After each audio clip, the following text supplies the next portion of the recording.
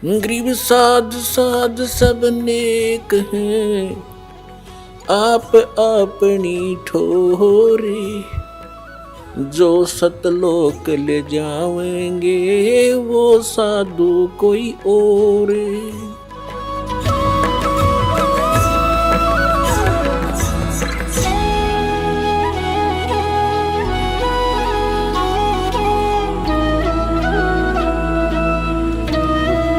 ये चौनक ऋषि में इतनी सिद्धि आ गई, सारा बोलबाला हो गया उसका।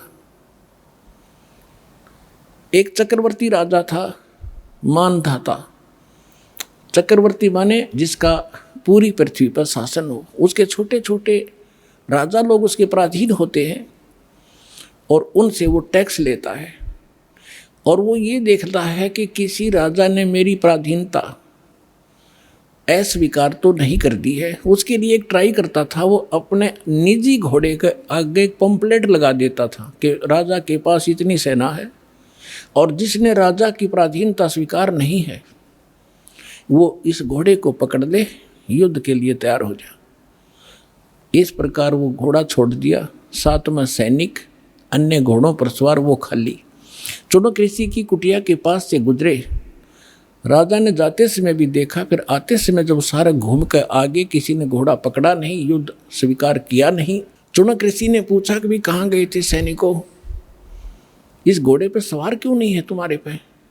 सैनिकों ने बताया कि ऋषि जी, ये मानधाता चक्रवर्ती का राजा है, इसके पंपलेट पे लिखा हुआ है, इस पर कोई बैठ नहीं सकता। इसके पंपलेट पर आगे लिखा हुआ गले में 72 करोड़ सेना है हमारे राजा के पास। तो ऋषि ने पूछा कि कहाँ गए थे, कैसे ऐसे गए थे? ऋषि ने कहा कि किसी ने नहीं पकड़ाई घोड़ा। नहीं, कौन पकड़े? प्या किसी की माँ ने दूध। सैनिक बोले, उसके जाड़ फोड़ दे हम।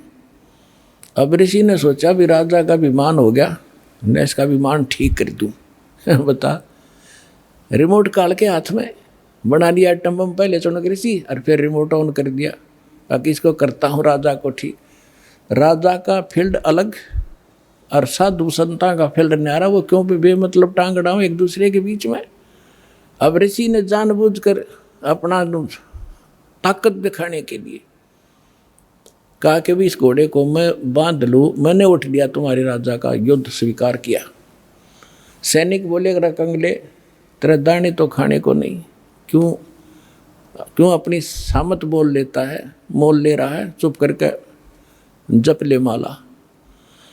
ऋषि में भी पूरा हंगा पा के रहा था, अरे ताकत रटा नहीं करे जीव पे, इसका नाश करा कर छोड़ दिया करे। तो उसने क्या कहा कि ठीक है भाई, मेरे भाग में यह लिख रखी होगी, तुम्हारे राजा से मरना होगा, मैंने जाके दो उनको घोड़ा बांध दो यहीं पर। सैनिकों ने जाके बता दिया, जी ऐसी ऐसी बात है, एक चुनक नाम के ऋषि ने आपका युद्ध स्वीकार कर लिया।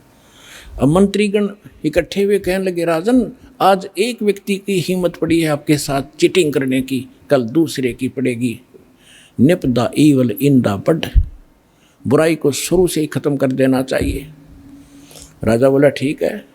राजा ने अपनी 72 करोड़ सेना की 4 टुकड़ी बनाई, 18 करोड़ की, 18 करोड़ एक टुकड़ी भेज दी। उधर से उस ऋषि ने सारे जीवन में जो डले ढोए थे वो अटपट करके सिद्धियां प्राप्त की थी, उससे 4 पुतली तैयार कर ली, एटम बम 4 बना लिए, परमाणु बम।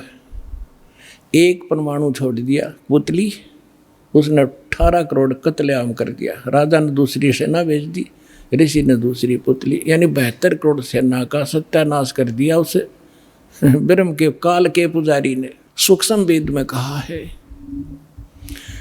72 अक्षौणी अक्षय करी, वो चुन कर शीश्वर एक, दे धारे जोरा फिर ये सभी काल के बेख। 72 अक्षौणी अक्षय करी, 72 अक्षौणी खा गया, वो चुनक ऋषिश्वर एक।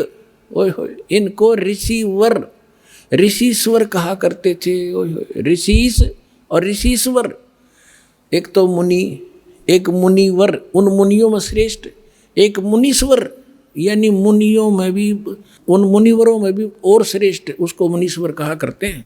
ऐसे ऋषिवर और ऋषिश्वर, जिसको ऋषिश्वर कहा करते थे। उस ऋषिश्वर के ये कारनामे हैं, 72 अक्षौणी खा गया वो चुनक ऋषिश्वर एक, ये दे धारे जोरा फिरे, जोरा माने मृत्यु, दे धारे जोरा फिरे, ये सभी काल के भेख, ये काल के पुजारी हैं सारे अपने आत्मा। अब क्या होगा, जब तक हम परम अक्षर ब्रह्म कबीर परमेश्वर की सत्साधना पूर्ण संत से लेकर नहीं करते, तब तक हमारे दोनों अकाउंट ओपन हैं, गुड और बैड, पुण्य और पाप। जैसे हम पुण्य करेंगे, जाप करेंगे, कोई कितना ही करो वो अलग लिखा जाएगा, और बुरा जितना भी करो, छक्का करो, कितना ही करो, वो अलग लिखते रहेंगे। उन दोनों को संचित कर्म कहते हैं। आगे आपको जो भी जीवन मिलेगा उन्हीं से एवरेज निकाली जाएगी। जिसके पुण्य गणे हैं उनके पुण्य ज़्यादा एवरेज में, जिसके पाप गणे उसके एवरेज में पाप ज़्यादा। फिर एक मनुष्य जीवन बना के भेज दिया जाता है, और फिर 83 लाख योनियों में वो पाप भोगने पड़ते हैं।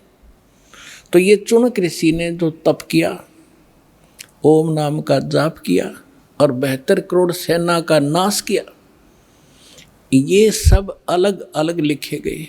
ओम नाम के जाप के कारण ये ब्रह्मलोक में जाएगा, वहाँ पर ठाठ करेगा, अपनी पूंजी का नाश करेगा, फिर पृथ्वी पर राजा बनेगा। तप से राज मदमानम जन्म तीसरे शुक्र स्वान, राजा बन के कर्म फोड़ सकता है, पुण्य नहीं कर सकता। उसके बाद फिर इसकी दुर्गति होगी, ये कुत्ता बनेगा चुनक ऋषि ब्रह्म पुजारी, इसका शर्म में कीड़े पड़ेंगे, और वो 72 करोड़ सेना जो उसने मारी है उसको चुन चुन का बदला लेंगे। तो परमात्मा कहते हैं सुख संवेद में तुमने उस दरगाह का मैल नहीं देखा, और धर्मराज के तिल तिल का लेखा। इसलिए गीता अध्याय नंबर 7 के श्लोक नंबर 18 में गीता ज्ञानदाता कहता है कि ये ज्ञानी आत्मा है तो समर्पित, लेकिन इनको तत्वदर्शी संत ना मिलने से ये मेरे वाली अनुत्तम घटिया गति में स्थित रहे, इनका फिर पुनर्जन्म रहेगा। इसलिए गीता अध्याय नंबर 15 के श्लोक नंबर 4 में कहा कि तत्वदर्शी संत की प्राप्ति के उपरांत परमेश्वर के उस परम पद की खोज करनी चाहिए, जो जाने के बाद साधक फिर लौटकर कभी संसार में नहीं आते। गीता अध्याय नंबर 18 के श्लोक नंबर 62 में कहा कि अर्जुन तू सर्वभाव से उस परमेश्वर की शरण में जा, उसकी कृपा से तो परम शांति को और सनातन परम धाम को प्राप्त होगा। उसके लिए गीता अध्याय नंबर 4 के श्लोक नंबर 32 और 34 में कहा है कि वो तत्व ज्ञान स्वयं परमेश्वर आकर बोलते हैं, और वो ज्ञान तत्वदर्शी संतों से जाकर समझ, उसके आधार से साधना करने से जब तेरा मोक्ष होगा।